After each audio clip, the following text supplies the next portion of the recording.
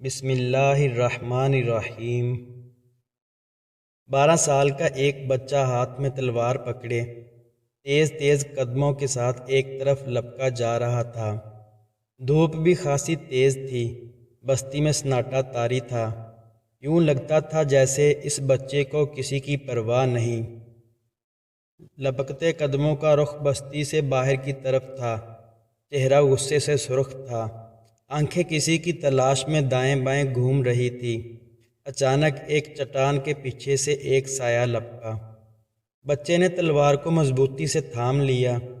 آنے والا سامنے آیا تو بچے کا چہرہ خوشی سے کھل اٹھا۔ ہاتھ میں تلوار اور چہرے پر حیرت اور مسکراہٹ کی جھلملاہٹ دیکھ کر آنے والے نے شفقت سے پوچھا، میرے پیارے بیٹے، ایسے وقت میں تم یہاں کیسے؟ بچے نے جواب دیا، آپ کی تلاش میں۔ اس بچے کا نام زبیر رضی اللہ تعالیٰ عنہ تھا۔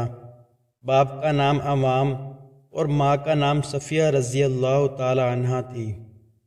یہ بچہ رسول اللہ صلی اللہ علیہ وآلہ وسلم کا پھوپھی زاد بھائی تھا۔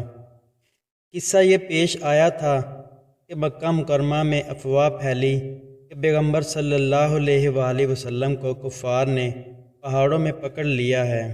مکہ میں دشمن تو بہت زیادہ تھے، اس لیے ایسا بھی ہو سکتا تھا۔ حضرت زبیر رضی اللہ تعالیٰ عنہ نے، جن کی عمر 12 سال تھی، فوراً تلوار اٹھائی اور اکیلے ہی آپ صلی اللہ علیہ وسلم کی تلاش میں نکل کھڑے ہوئے۔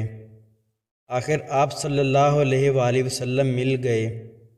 پیارے نبی صلی اللہ علیہ وآلہ وسلم نے اس حالت میں دیکھ کر حیرت سے پوچھا، اگر واقعی مجھے پکڑ لیا گیا ہوتا تو پھر تم کیا کرتے؟ اس 12 سال کے بچے نے جواب دیا، میں مکہ میں اتنے قتل کرتا کہ ان کے خون کی ندیاں بہا دیتا اور کسی کو زندہ نہ چھوڑتا۔